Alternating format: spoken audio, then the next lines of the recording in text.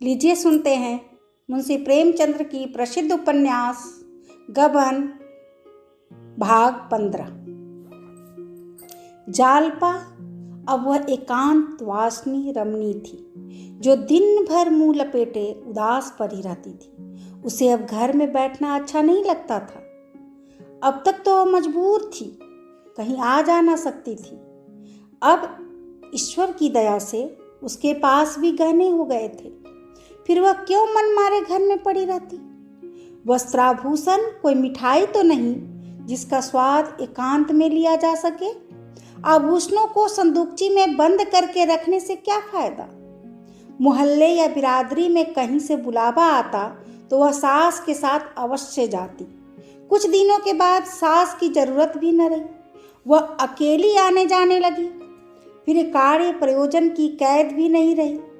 उसके रूप लावण्य, स्त्री आभूषण और शील विनय में मोहल्ले की स्त्रियों में उसे जल्दी ही सम्मान के पद पर पहुंचा दिया। उसके बिना मंडली सुनी रहती थी। उसका कंठ स्वर इतना कोमल था, भाषण इतना मधुर, छवि इतनी अनुपम कि वह मंडली की रानी मालूम होती थी। उसके आने से मोहल्ले के नारी जीवन में जान सी पड़ गई। नित्य ही कहीं न कहीं जमाव हो जाता। घंटे 2 घंटे गा बजाकर या गपशप करके रमनियां दिल बहला लिया करती थी। कभी किसी के घर, कभी किसी के घर। फागुन में 15 दिन बराबर गाना होता रहा। जालपा ने जैसा रूप पाया था वैसा ही उदार हृदय भी पाया था। पान पत्ते का खर्च प्रायः उसी के मत्थे पड़ता। कभी कभी गायनें बुलाई जाती, उनकी सेवा सत्कार का भार उसी पर था। कभी कभी वह स्त्रियों के साथ गंगा स्नान करने जाती। तांगे का किराया और गंगा तट पर जलपान का खर्च भी उसके मत्थे जाता। इस तरह उसके 2-3 रुपये रोज उड़ जाते थे। रमा आदर्श पति था। जालपा मगर मांगती तो प्राण तक उसके चरणों पर रख देता। रुपये की हकीकत ही क्या थी, उसका मुंह जोहता रहता था। जालपा उससे इन झमघटों की रोज चर्चा करती। उसका स्त्री समाज में कितना आदर सम्मान है यह देखकर वह फूला न समाता था। एक दिन इस मंडली को सिनेमा देखने की धुन सवार हुई। वहां की बहार देखकर सब की सब मुग्ध हो गई। फिर तो आए दिन सिनेमा की सैर होने लगी। रमा को अब तक सिनेमा का शौक न था। शौक होता भी तो क्या करता। अब हाथ में पैसे आने लगे थे, उस पर जालपा का आग्रह, फिर भला वह क्यों न जाता। सिनेमा गृह में ऐसी कितनी ही रमणियां मिलती जो मुंह खोले निसंकोच हंसती बोलती रहती थी। उनकी आज़ादी गुप्त रूप से जालपा पर भी जादू डालती जाती थी। वह घर से बाहर निकलते ही मुंह खोल लेती, मगर संकोचवश पर्दे वाली स्त्रियां के स्थान पर बैठती। उसकी कितनी इच्छा होती कि रमा भी उसके साथ बैठता। आखिर वह उन फैशनेबल औरतों से किस बात में कम है।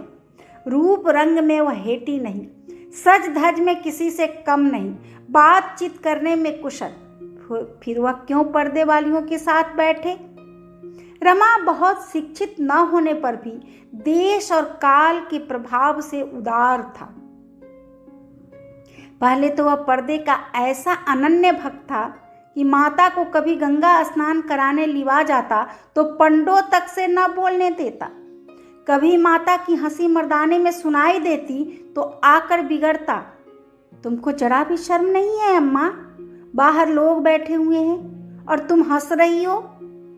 माँ लज्जित हो जाती थी, किंतु अवस्था के साथ रमा का यह लिहाज गायब होता जाता था। उस पर जालपा की रूप छटा उसके साहस को और भी उत्तेजित करती थी। जालपा रूपहीन, काली कलूटी, फूहड़ होती तो वह जबरदस्ती उसको पर्दे में बैठाता। उसके साथ घूमने या बैठने में उसे शर्म आती। जालपा जैसी अनन्य सुंदरी के साथ सैर करने में आनंद के साथ गौरव भी तो था। वहां के सभ्य समाज की कोई महिला रूप, गठन और श्रृंगार में जालपा की बराबरी न कर सकती थी। देहात की लड़की होने पर भी शहर के रंग में वह इस तरह रंग गई थी मानो जन्म से शहर में ही रहती आई है। थोड़ी सी कमी अंग्रेजी शिक्षा की थी, उसे भी रमा पूरी किए देता था। मगर पर्दे का यह बंधन टूटे कैसे? भवन में रमा के कितने ही मित्र, कितनी ही जान पहचान के लोग बैठे नजर आते थे। वे उसे जालपा के साथ बैठे देखकर कितना हंसेंगे। आखिर एक दिन उसने समाज के सामने ताल ठोक कर खड़े हो जाने का निश्चय कर ही लिया। जालपा से बोला, आज हम तुम सिनेमा घर में साथ बैठेंगे। जालपा के हृदय में गुदगुदी सी होने लगी। हार्दिक आनंद की आभा चेहरे पर झलक उठी। बोली, सच? नहीं भाई, साथ वालियां जीने ना देंगी। रमानाथ, इस तरह डरने से तो फिर कभी कुछ ना होगा। यह क्या स्वांग है कि स्त्रियां मुंह छिपाए चिक की आड़ में बैठी रहे। इस तरह यह मामला भी तय हो गया। पहले दिन झेपते रहे, लेकिन दूसरे दिन से हिम्मत खुल गई। कई दिनों के बाद वह समय भी आया कि रमा और जालपा संध्या समय पार्क में साथ साथ टहलते दिखाई दिए। जालपा ने मुस्कुरा कर कहा, कहीं बाबूजी देख ले तो? रमानाथ, तो क्या? कुछ नहीं। जालपा, मैं तो मारे शर्म के गड़ जाऊं। रमानाथ, अभी तो मुझे भी शर्म आएगी, मगर बाबूजी खुद ही इधर ना आएंगे। जालपा, और जो कहीं अम्मा जी देख ले? रमानाथ, अम्मा से कौन डरता है, 2 दलीलों में ठीक कर दूंगा। 10 ही 5 दिन में जालपा ने नए महिला समाज में अपना रंग जमा लिया। उसने इस समाज में इस तरह प्रवेश किया जैसे कोई कुशल वक्ता पहली बार परिषद के मंच पर आता है। विद्वान लोग उसकी उपेक्षा करने की इच्छा होने पर भी उसकी प्रतिभा के सामने सिर झुका देते हैं। जालपा भी आई, देखा और विजय कर लिया। उसके सौंदर्य में वह गरिमा, वह कठोरता, वह शान, वह तेजस्विता थी जो कुलीन महिलाओं के लक्षण है। पहले ही दिन एक महिला ने जालपा को चाय का निमंत्रण दे दिया और जालपा इच्छा न रहने पर भी उसे अस्वीकार न कर सकी। जब दोनों प्राणी वहां से लौटे तो रमा ने चिंतित स्वर में कहा, तो कल किसकी चाय पार्टी में जाना पड़ेगा? जालपा, क्या करती, इनकार करते भी तो न बनता था।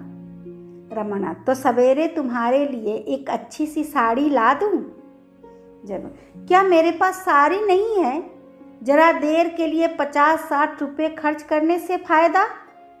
रमानाथ, तुम्हारे पास अच्छी साड़ी कहाँ है? इसकी साड़ी तुमने देखी? ऐसी ही तुम्हारे लिए भी लाऊंगा। जालपा ने विवशता के भाव से कहा, मुझे साफ कह देना चाहिए था कि फुर्सत नहीं है। रमानाथ, फिर इसकी दावत भी तो करनी पड़ेगी। जालपा, यह तो बुरी विपत्ति गले पड़ी। रमानाथ, विपत्ति कुछ नहीं है, सिर्फ यही ख्याल है कि मेरा मकान इस काम के लायक नहीं। मेज, कुर्सियाँ, चाय के सेट रमेश के यहाँ से मांग लाऊंगा, लेकिन घर के लिए क्या करूं? जालपा, क्या यह जरूरी है कि हम लोग भी दावत करें? रमा ने ऐसी भद्दी बात का कुछ उत्तर न दिया। उसे जालपा के लिए एक जूते की जोड़ी और सुंदर कलाई की घड़ी की फिक्र पैदा हो गई। उसके पास कौड़ी भी न थी। उसका खर्च रोज बढ़ता जाता था।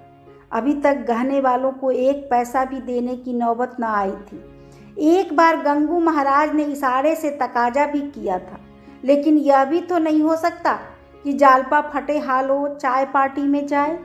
नहीं, जालपा पर वह इतना अन्याय नहीं कर सकता। इस अवसर पर जालपा की रूप शोभा का सिक्का बैठ जाएगा। सभी तो आज चमाचम साड़ियाँ पहने हुए थी। जड़ाऊ कंगन और मोतियों के हारों की भी तो कमी न थी, पर जालपा अपने सादे आवरण में उनसे कोसों आगे थी। उसके सामने एक भी नहीं जचती थी। यह मेरे पूर्व कर्मों का फल है कि मुझे ऐसी सुंदरी मिली। आखिर यही तो खाने पहनने और जीवन का आनंद उठाने के दिन है। जब जवानी ही में सुख न उठाया तो बुढ़ापे में क्या कर लेंगे? बुढ़ापे में मान लिया धन हुआ ही तो क्या, यौवन बीत जाने पर विवाह किस काम का। साड़ी और घड़ी लाने की धुन उसे सवार हो गई। रात भर तो उसने सब्र किया, दूसरे दिन दोनों चीजें लाकर ही दम लिया।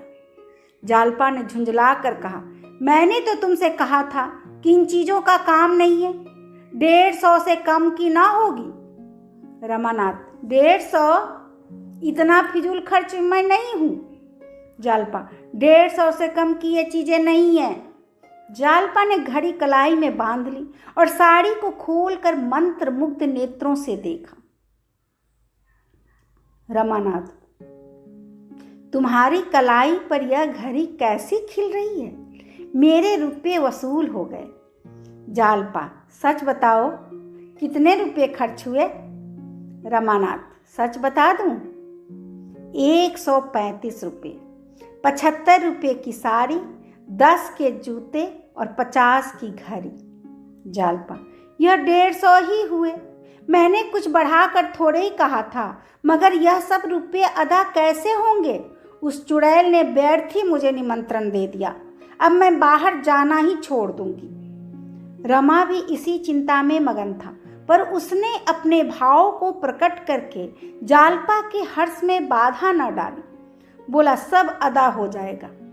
जालपा ने तिरस्कार के भाव से कहा, कहाँ से अदा हो जाएगा? जरा सुनो, कौड़ी तो बचती नहीं, अदा कहाँ से हो जाएगा? यह तो कहो बाबूजी घर का खर्चा संभाले हुए हैं, नहीं तो मालूम होता। क्या तुम समझते हो कि मैं गहने और साड़ियों पर मरती हूँ? इन चीजों को लौटाओ। रमा ने प्रेमपूर्ण नेत्रों से कहा, इन चीजों को रख लो, फिर तुमसे बिना पूछे कुछ न लाऊंगा। संध्या समय जब जालपा ने नई साड़ी और नए जूते पहने, घड़ी कलाई पर बांधी और आईने में अपनी सूरत देखी, तो मारे गर्व और उल्लास से उसका मुखमंडल प्रज्वलित हो उठा। उसने उन चीजों के लौटाने के लिए सच्चे दिल से कहा हो, पर इस समय वह इतना त्याग करने को तैयार न थी। संध्या समय जालपा और रमा छावनी की ओर चले। महिला ने केवल बंगले का नंबर बतला दिया था। बंगला आसानी से मिल गया। फाटक पर साइन बोर्ड था, Indu Bhushan advocate high court. अब रमा को मालूम हुआ कि वह महिला पंडित इंदु भूषण की पत्नी थी। पंडित जी काशी के नामी वकील थे। रमा ने उन्हें कितनी ही बार देखा था, पर इतने बड़े आदमी से परिचय का सौभाग्य उसे कैसे होता? 6 महीने पहले वह कल्पना भी न कर सकता था कि किसी दिन उसे उनके घर निमंत्रित होने का गौरव प्राप्त होगा। पर जालपा की बदौलत आज वह अनहोनी बात हो गई। वह काशी के बड़े वकील का मेहमान था। रमा ने सोचा था कि बहुत से स्त्री पुरुष निमंत्रित होंगे, पर यहाँ वकील साहब और उनकी पत्नी रतन के सिवा और कोई न था। रतन इन दोनों को देखते ही बरामदे में निकल आई और उनसे हाथ मिलाकर अंदर ले गई और अपने पति से उसका परिचय कराया। पंडित जी ने आराम कुर्सी पर लेटे ही लेटे दोनों मेहमानों से हाथ मिलाया और मुस्कुरा कर कहा, क्षमा कीजिएगा बाबू साहब, मेरा स्वास्थ्य अच्छा नहीं है। आप यहाँ किसी ऑफिस में हैं? रमा ने झेपते हुए कहा, जी हाँ, म्यूनिसिपल ऑफिस में हूँ। अभी हाल ही में आया हूँ। कानून की तरफ जाने का इरादा था, पर नए वकीलों की यहाँ जो हालत हो रही है उसे देखकर हिम्मत न पड़ी। रमा ने अपना महत्व बढ़ाने के लिए जरा सा झूठ बोलना अनुचित न समझा। इसका असर बहुत अच्छा हुआ। अगर वह साफ कह देता मैं 25 रुपये का क्लर्क हूँ, तो शायद वकील साहब उससे बात करने में अपना अपमान समझते। बोले, आपने बहुत अच्छा किया जो इधर नहीं आए। वहाँ 2-4 साल के बाद अच्छी जगह पर पहुँच जाएंगे। यहाँ संभव है 10 साल तक आपको कोई मुकदमा ही ना मिलता। जालपा को अभी तक संदेह हो रहा था कि रतन वकील साहब की बेटी है या पत्नी। वकील साहब की उम्र 60 से नीचे न थी। चिकनी चांद, आसपास के सफ़ेद बालों के बीच में वार्निश की हुई लकड़ी की भांति चमक रही थी। मूछें साफ थी, पर माथे की शिकन और गालों की झुर्रियां बतला रही थी यात्री संसार यात्रा से थक गया है। आराम कुर्सी पर लेटे हुए वह ऐसे मालूम होते थे जैसे बरसों के मरीज हो। हाँ, रंग गोरा था, जो 60 साल की गर्मी सर्दी खाने पर भी उड़ न सका था। ऊंची नाक थी, ऊंचा माथा और बड़ी बड़ी आंखें जिनमें अभिमान भरा हुआ था। उनके मुख से ऐसा भाषित होता था कि उन्हें किसी से बोलना या किसी बात का जवाब देना भी अच्छा नहीं लगता। इसके प्रतिकूल रतन सांवली सुगठित युवती थी, बड़ी मिलनसार, जिसे गर्व ने छुआ तक न था। सौंदर्य का उसके रूप में कोई लक्षण न था। नाक चिपटी थी, मुख गोल, आंखें छोटी, फिर भी वह रानी सी लगती थी। जालपा उसके सामने ऐसी लगती थी जैसे सूरजमुखी के सामने जूही का फूल। चाय आई, मेवे, फल, मिठाई, बर्फ की कुल्फी सब मेजों पर सजा दिए गए। रतन और जालपा एक मेज पर बैठी, दूसरी मेज रमा और वकील साहब की थी। रमा मेज के सामने जा बैठा, मगर वकील साहब अभी आराम कुर्सी पर लेटे ही हुए थे। रमा ने मुस्कुराकर वकील साहब से कहा, आप भी तो आए। वकील साहब ने लेटे लेटे मुस्कुराकर कहा, आप शुरू कीजिए, मैं भी आया जाता हूँ। लोगों ने चाय पी, फल खाए, पर वकील साहब के सामने हंसते बोलते रमा और जालपा दोनों ही झिझकते थे। जिंदा दिल बूढ़ों के साथ तो सोहबत का आनंद उठाया जा सकता है, लेकिन ऐसे रूखे निर्जीव मनुष्य जवान भी हो तो दूसरों को मुर्दा बना देते हैं। वकील साहब ने बहुत आग्रह करने पर 2 घूंट चाय पी। दूर से बैठे तमाशा देखते रहे। इसलिए जब रतन ने जालपा से कहा, चलो हम लोग जरा बगीचे की सैर करें, इन दोनों महाशयों को समाज और नीति की विवेचना करने दें, तो मानो जालपा के गले का फंदा छूट गया। रमा ने पिंजरे में बंद पक्षी की भांति उन दोनों को कमरे से निकलते देखा और एक लंबी सांस ली। वह जानता कि यहाँ पर यह विपत्ति उसके सिर पड़ जाएगी तो आने का नाम न लेता। वकील साहब ने मुंह सिकोर कर पहलू बदला और बोले, मालूम नहीं पेट में क्या हो गया है कि कोई चीज हजम ही नहीं होती। दूध भी नहीं हजम होता। चाय को लोग न जाने क्यों इतने शौक से पीते हैं। मुझे तो इसकी सूरत से भी डर लगता है। पीते ही बदन में ऐंठन सी होने लगती है और आंखों से चिंगारियां सी निकलने लगती हैं।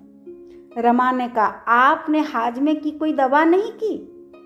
वकील साहब ने अरुचि के भाव से कहा, दवाओं पर मुझे रत्ती भर भी विश्वास नहीं। इन वैद्यों और डॉक्टरों से ज़्यादा बेसमझ आदमी संसार में न मिलेंगे।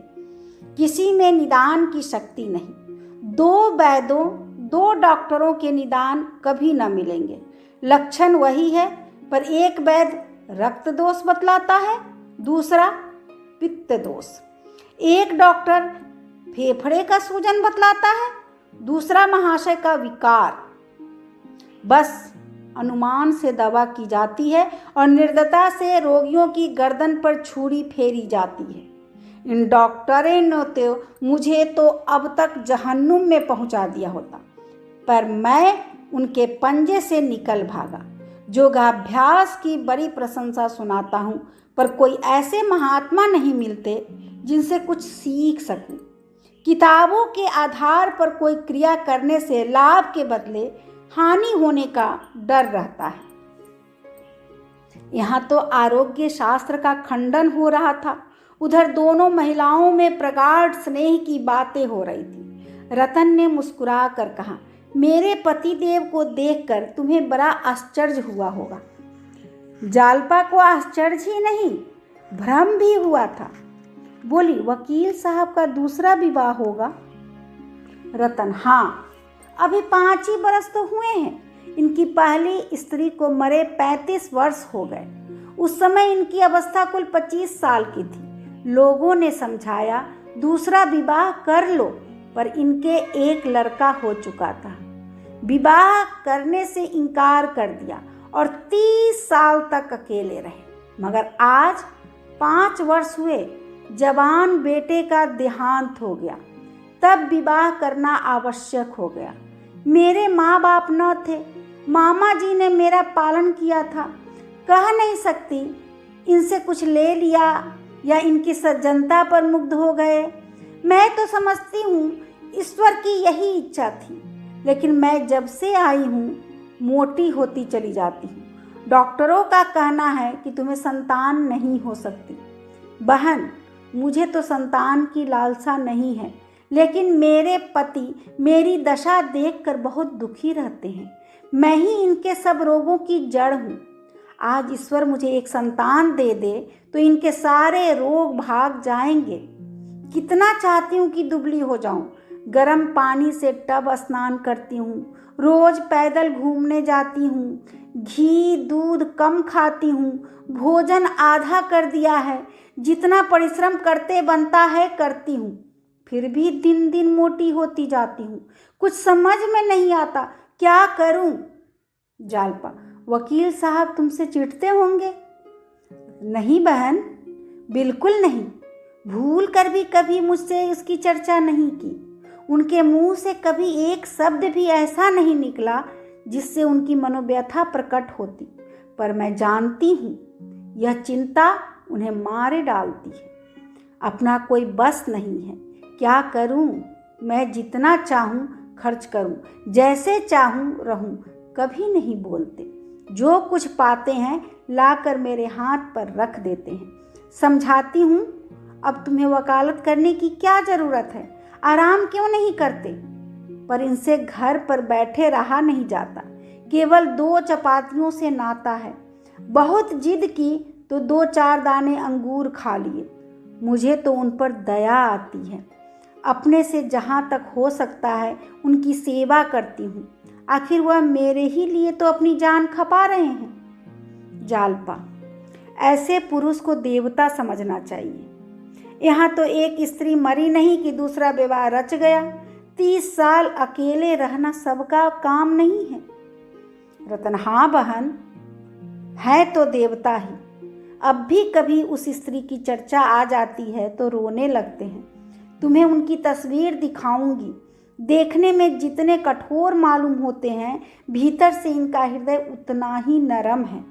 कितने ही अनाथों, विधवाओं और गरीबों के महीने बांध रखे हैं। बड़े अच्छे कारीगर का बनाया हुआ है। जालपा: हाँ, बड़े अच्छे कारीगर का बनाया हुआ है। रतन: मैं तो यहाँ किसी को जानती ही नहीं। वकील साहब को गहनों के लिए कष्ट देने की इच्छा नहीं होती। मामूली सुनारों से बनवाते डर लगता है, ना जाने क्या मिला दे। मेरी सपत्नी जी के सब गहने रखे हुए हैं, लेकिन वह मुझे अच्छे नहीं लगते। तुम बाबू रमानाथ से मेरे लिए ऐसा ही एक जोड़ा कंगन बनवा दो। जालपा: देखिए, पूछती हूँ। रतन: आज तुम्हारे आने से जी बहुत खुश हुआ। दिन भर अकेली पड़ी रहती हूँ। जी घबराता रहता है, किसके पास जाऊँ? किसी से परिचय नहीं है और ना मेरा मन ही चाहता है कि उनसे मैत्री करूं। 2-1 महिलाओं को बुलाया, उनके घर गई, चाहा कि उनसे बहनापा जोड़ लूं, लेकिन उनके आचार विचार देखकर उनसे दूर रहना ही अच्छा मालूम हुआ। दोनों ही मुझे उल्लू बनाकर जटना चाहती थी। मुझसे रुपये उधार ले गई और आज तक दे रही है। श्रृंगार की चीज़ों पर मैंने उनका कितना प्रेम देखा कि कहते लज्जा आती है। तुम घड़ी आध घड़ी के लिए रोज चली आया करो बहन। जालपा: वाह, इससे अच्छा और क्या होगा? रतन: मैं मोटर भेज दिया करूँगी। जालपा: क्या ज़रूरत है, तांगे तो मिलते ही हैं। रतन: ना जाने क्यों तुम्हें छोड़ने को जी नहीं चाहता। तुम्हें पाकर रमानाथ जी अपना भाग्य सराहते होंगे।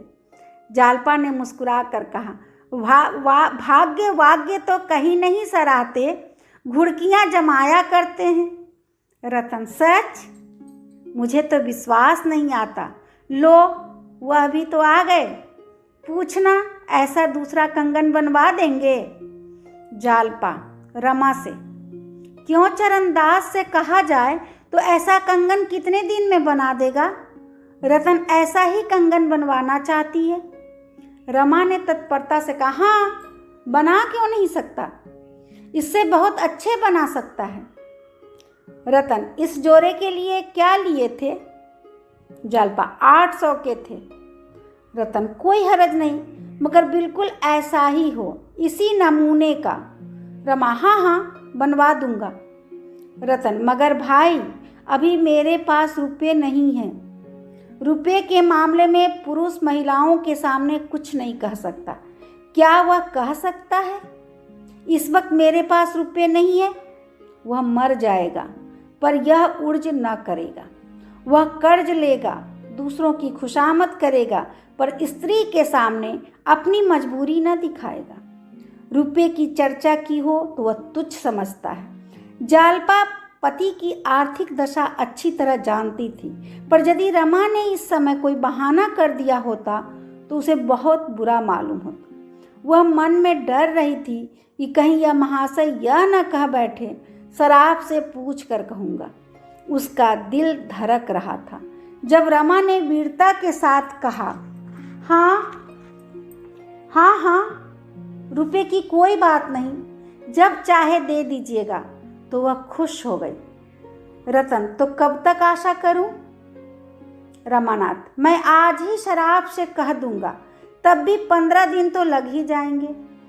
जालपा, अब की रविवार को मेरे ही घर चाय पीजिएगा। रतन ने निमंत्रण सहर्ष स्वीकार किया और दोनों आदमी विदा हुए। घर पहुंचे तो शाम हो गई थी। रमेश बाबू बैठे हुए थे। जालपा तो तांगे से उतरकर अंदर चली गई। रमा रमेश बाबू के पास जाकर बोला, क्या आपको आए देर हुई। रमेश, नहीं, अभी तो चला आ रहा हूँ। क्या वकील साहब के यहाँ गए थे। रमा, जी हाँ, 3 रुपये की चपत पड़ गई। रमेश, कोई हरज नहीं, यह रुपये वसूल हो जाएंगे। बड़े आदमियों से राह रस्म हो जाए तो बुरा नहीं है, बड़े बड़े काम निकलते हैं। एक दिन उन लोगों को भी तो बुलाओ। रमा, अब की इतवार को चाय की दावत दे आया हूँ। रमेश, कहो तो मैं भी आ जाऊँ। जानते हो ना, वकील साहब के एक भाई इंजीनियर हैं। मेरे एक साले बहुत दिनों से बेकार बैठे हैं। अगर वकील साहब उसकी सिफारिश कर दे तो गरीब को जगह मिल जाए। तुम जरा मेरा इंट्रोडक्शन करा देना, बाकी और सब मैं कर लूँगा। पार्टी का इंतजाम ईश्वर ने चाहा तो ऐसा होगा कि मेम साहब खुश हो जाएंगे। चाय के सेट, शीशे के रंगीन गुलदान और फानुस मैं ला दूँगा। कुर्सियाँ, मेज़ें, फर्श सब मेरे ऊपर छोड़ दो। न कूली की ज़रूरत न मजूर की, उन्हीं मुसलचंद को रंगे दूंगा। रमानाथ, तब तो बड़ा मज़ा आएगा। मैं तो बड़ी चिंता में पड़ा हुआ था। रमेश, चिंता की कोई बात नहीं, उसी लौंडे को जोत दूंगा। कहूँगा, जगह चाहते हो तो कारगुजारी दिखाओ, फिर देखना कैसी दौड़ धूप करता है। रमानाथ, अभी 2-3 महीने हुए आप अपने साले को कहीं नौकर रख चुके थे, है ना। रमेश, अजी अब इच्छा और बाकी है, पूरे 7 जीव हैं। जरा बैठ जाओ, जरूरी चीज़ों की सूची बना ली जाए। आज ही से दौड़ धूप होगी, तब सब चीज़ें जुटा सकूंगा। और कितने मेहमान होंगे। रमानाथ, मेम साहब होंगी और शायद वकील साहब भी आए। रमेश, यह बहुत अच्छा किया, बहुत से आदमी हो जाते तो भभड़ हो जाता। हमें तो मेम साहब से काम है, ठलुओं की खुशामद करने से क्या फ़ायदा। दोनों आदमियों ने सूची तैयार की। रमेश बाबू ने दूसरे ही दिन से सामान जमा करना शुरू किया। उनकी पहुंच अच्छे अच्छे घरों में थी। सजावट की अच्छी अच्छी चीज़ें बटोर लाए। सारा घर जगमगा उठा। दयानाथ भी इन तैयारियों में शरीक थे। चीज़ों को करीने से सजाना उनका काम था। कौन गमला कहाँ रखा जाए, कौन तस्वीर कहाँ लटकाई जाए, कौन सा गलीचा कहाँ बिछाया जाए, इन प्रश्नों पर तीनों मनुष्यों ने घंटों बाद विवाद किया होता था। दफ्तर जाने के पहले और दफ्तर से आने के बाद उन्हीं कामों में जुट जाते थे। एक दिन इस बात पर बहस छिड़ गई कि कमरे में आईना कहाँ रखा जाए। दयानाथ कहते थे इस कमरे में आईने की ज़रूरत नहीं, आईना पीछे वाले कमरे में रखना चाहिए। रमेश इसका विरोध कर रहे थे। रम्या दुविधा में चुपचाप खड़ा था, न इनकी सी कह सकता था न उनकी सी। दयानाथ, मैंने सैकड़ों अंग्रेजों के ड्राइंग रूम देखे हैं, कहीं आईना नहीं देखा। आईना श्रृंगार के कमरे में रहना चाहिए, यहाँ आईना रखना बेतुकी सी बात है। रमेश, मुझे सैकड़ों अंग्रेजों के कमरे को देखने का अवसर तो नहीं मिला है, लेकिन 2-4 जरूर देखे हैं और उनमें आईना लगा हुआ देखा। फिर क्या यह जरूरी बात है कि इन जरा जरा सी बातों में भी हम अंग्रेजों की नकल करें? हम अंग्रेज नहीं, हिंदुस्तानी हैं। हिंदुस्तानी रईसों के कमरे में बड़े बड़े आदमकद आईने रखे जाते हैं। यह तो आपने हमारे बिगड़े हुए बाबुओं की सी बात कही, जो पहनावे में, कमरे की सजावट में, बोली में, चाय और शराब में, चीनी की प्यालियों में, गरज दिखावे की सभी बातों में तो अंग्रेजों का मुंह चिढ़ाते हैं। लेकिन जिन बातों ने अंग्रेजों को अंग्रेज बना दिया है और जिनकी बदौलत वे दुनिया पर राज करते हैं, जिनकी हवा तक नहीं छू जाती, क्या आपको भी बुढ़ापे में अंग्रेज बनने का शौक चढ़ रहा है? दयानाथ अंग्रेजी की नकल को बहुत बुरा समझते थे। यह चाय पार्टी भी उन्हीं बुरी मालूम हो रही थी। अगर कुछ संतोष था तो यही कि 2-4 बड़े आदमियों से परिचय हो जाएगा। उन्होंने अपनी ज़िंदगी में कभी कोट नहीं पहना था। चाय पीते थे मगर चीनी के सेठ की कैद न थी। कटोरा, कटोरी, गिलास, लोटा, तसला, किसी से भी उन्हें आपत्ति न थी। लेकिन इस वक्त उन्हें अपना पक्ष निभाने की पड़ी थी। बोले, हिंदुस्तान रईसों के कमरे में मेज़ें कुर्सियाँ नहीं होती, फर्श होता है। आपने कुर्सी मेज लगाकर इसे अंग्रेजी ढंग पर तो बना दिया। जब आईने के लिए हिंदुस्तानियों की मिसाल दे रहे हैं, या तो हिंदुस्तानी रहिए या अंग्रेजी। यह क्या कि आधा तीतर आधा बटेर। कोट पतलून पर चौगोसिया टोपी तो नहीं अच्छी मालूम होती। रमेश बाबू ने समझा था कि दयानाथ की जबान बंद हो जाएगी, लेकिन यह जवाब सुना तो चकराए। मैदान हाथ से जाता हुआ दिखाई दिया। बोले, तो आपने किसी अंग्रेज के कमरे में आईना नहीं देखा? भला ऐसे 10-5 अंग्रेजों के नाम तो बताइए। एक आपका वही करिंटा हेड क्लार्क है, उसके सिवा और किसी अंग्रेज के कमरे में तो शायद आपने कदम भी ना रखा हो। उसी किरंटे को आपने अंग्रेजी रुचि का आदर्श समझ लिया है। वाह, क्या खूब मानता हूँ। दयानाथ, यह तो आपकी जबान है। उसे किरंटा, चमरेशियन, पिलपिल्ली जो चाहे कहे, लेकिन रंग को छोड़कर वह किसी बात में अंग्रेजों से कम नहीं, और उसके पहले तो यूरोपियन था।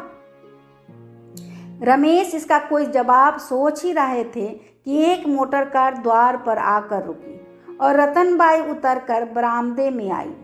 तीनों आदमी चटपट बाहर निकल आए। रमा को इस वक्त रतन का आना बुरा मालूम हुआ। डर रहा था कि कहीं कमरे में भी ना चली आए, नहीं तो सारी कलई खुल जाए। आगे बढ़कर हाथ मिलाता हुआ बोला, आइए, यह मेरे पिता हैं और यह मेरे दोस्त रमेश बाबू हैं। लेकिन उन दोनों सज्जनों ने न हाथ बढ़ाया और न जगह से हिले। सकपकाए से खड़े रहे। रतन ने भी उनसे हाथ मिलाने की जरूरत न समझी। दूर ही से उनको नमस्कार करके रमा से बोली, नहीं, बैठूंगी नहीं, इस वक्त फुर्सत नहीं है, आपसे कुछ कहना था। यह कहते हुए रमा के साथ मोटर तक आई और आहिस्ता से बोली, आपने शराब से कह तो दिया होगा। रमा ने निसंकोच होकर कहा, जी हाँ, बना रहा है। रतन, उस दिन मैंने कहा था अभी रुपये ना दे सकूंगी, पर मैंने समझा शायद आपको कष्ट हो, इसलिए रुपये मंगवा लिए। 800 चाहिए ना? जालपा ने कंगन के दाम 800 बताए थे। रमा चाहता तो इतने रुपये ले सकता था, पर रतन की सरलता और विश्वास ने उसके हाथ पकड़ लिए। ऐसी उदार निष्कपट रमणी के साथ वह विश्वासघात न कर सका। वह व्यापारियों से 2-2, 4-4 आने लेते जरा भी न झिझकता था। वह जानता था कि वे सब भी ग्राहकों को उल्टे छुरे से मुड़ते हैं। ऐसों के साथ ऐसा व्यवहार करते हुए उसकी आत्मा को लेश मात्र भी संकोच न होता था, लेकिन इस देवी के साथ यह कपट व्यवहार करने के लिए किसी पुराने पापी की जरूरत थी। कुछ सकुचाता हुआ बोला, क्या जालपा ने कंगन के दाम 800 बतलाए थे? उसे शायद याद न रही होगी। उसके कंगन 600 के हैं। आप चाहे तो 800 का बनवा दूंगी। रतन, नहीं, मुझे तो वही पसंद है। आप 600 का ही बनवाइए। उसने मोटर पर से अपनी थैली उठाकर 100-100 रुपये के 6 नोट निकाले। रमा ने कहा, ऐसी जल्दी क्या थी? चीज तैयार हो जाती तब हिसाब हो जाता। रतन, मेरे पास रुपये खर्च हो जाते, इसलिए मैंने सोचा आपके सिर पर लाद आऊं। मेरी आदत है कि जो काम करती हूँ जल्द से जल्द कर डालती हूँ, विलंब से मुझे उलझन होती है। यह कहकर वह मोटर पर बैठ गई। मोटर हवा हो गई। रंबा संदूक में रुपये रखने के लिए अंदर चला गया तो दोनों वृद्धजनों में बातें होने लगी। रमेश, देखा? दयानाथ, जी हाँ, आंखें खुली हुई थी, पर मेरे घर में भी वही हवा आ रही है। ईश्वर ही बचावे। रमेश, बात तो ऐसी ही है, पर आजकल ऐसी ही औरतों का काम है। जरूरत पड़े तो कुछ मदद तो कर सकती है। बीमार पड़ जाओ तो डॉक्टर को तो बुला ला सकती है। यहाँ तो चाहे हम मर जाएं, तब भी क्या मलाल कि स्त्री घर से बाहर पांव निकाले। दयानाथ, हमसे तो भाई यह अंग्रेजियत नहीं देखी जाती। क्या करे, संतान की ममता है। नहीं तो यही जी चाहता है कि रमा से साफ कह दूं, भैया अपना घर अलग लेकर रहो। आंख फूटी पीर गई। मुझे तो उन मर्दों पर क्रोध आता है जो स्त्रियों को यूं सिर चढ़ाते हैं। देख लेना, एक दिन यह औरत वकील साहब को दगा देगी। रमेश, महाशय, इस बात में मैं तुमसे सहमत नहीं हूँ। यह क्यों मान लेते हो कि जो औरत बाहर आती जाती है वह जरूर ही बिगड़ी हुई है? मगर रमा को मानती बहुत है। रुपए न जाने किस लिए दिए। दयानाथ, मुझे तो इसमें बहुत कुछ गोलमाल मालूम होता है। रमा, कहीं उससे कोई चाल न चल रहा हो। इसी समय रमा भीतर से निकला आ रहा था। अंतिम वाक्य उसके कान में पड़ गया। भौएं चढ़ाकर बोला, जी हाँ, जरूर चाल चल रहा हूँ। उसे धोखा देकर रुपए ऐंठ रहा हूँ। यही तो मेरा पेशा है। दयानाथ ने झेपते हुए कहा, तो इतना बिगड़ते क्यों हो? मैंने तो कोई ऐसी बात नहीं कही। रमानाथ, पक्का जालिया बना दिया। और क्या कहते हैं?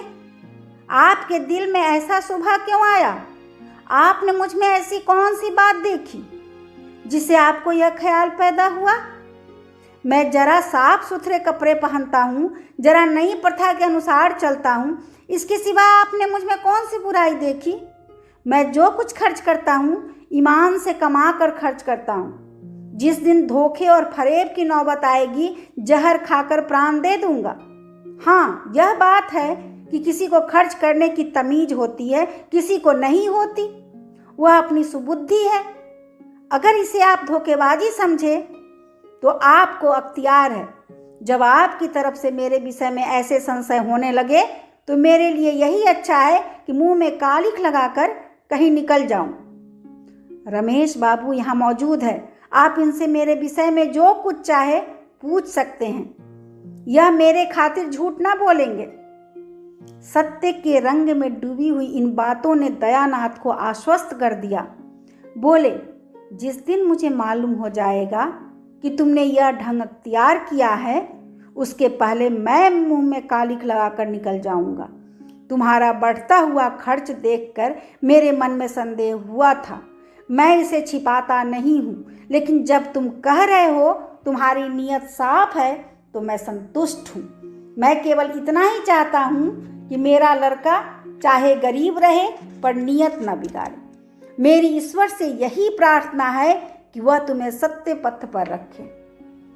रमेश ने मुस्कुरा कर कहा, अच्छा, यह किस्सा तो हो चुका। अब यह बताओ, उसने तुम्हें रुपये किस लिए दिए? मैं गिन रहा था। 6 नोट थे, शायद 100-100 के थे। रमानाथ, ठग लाया हूं। रमेश, मुझसे शरारत करोगे तो मार बैठूंगा।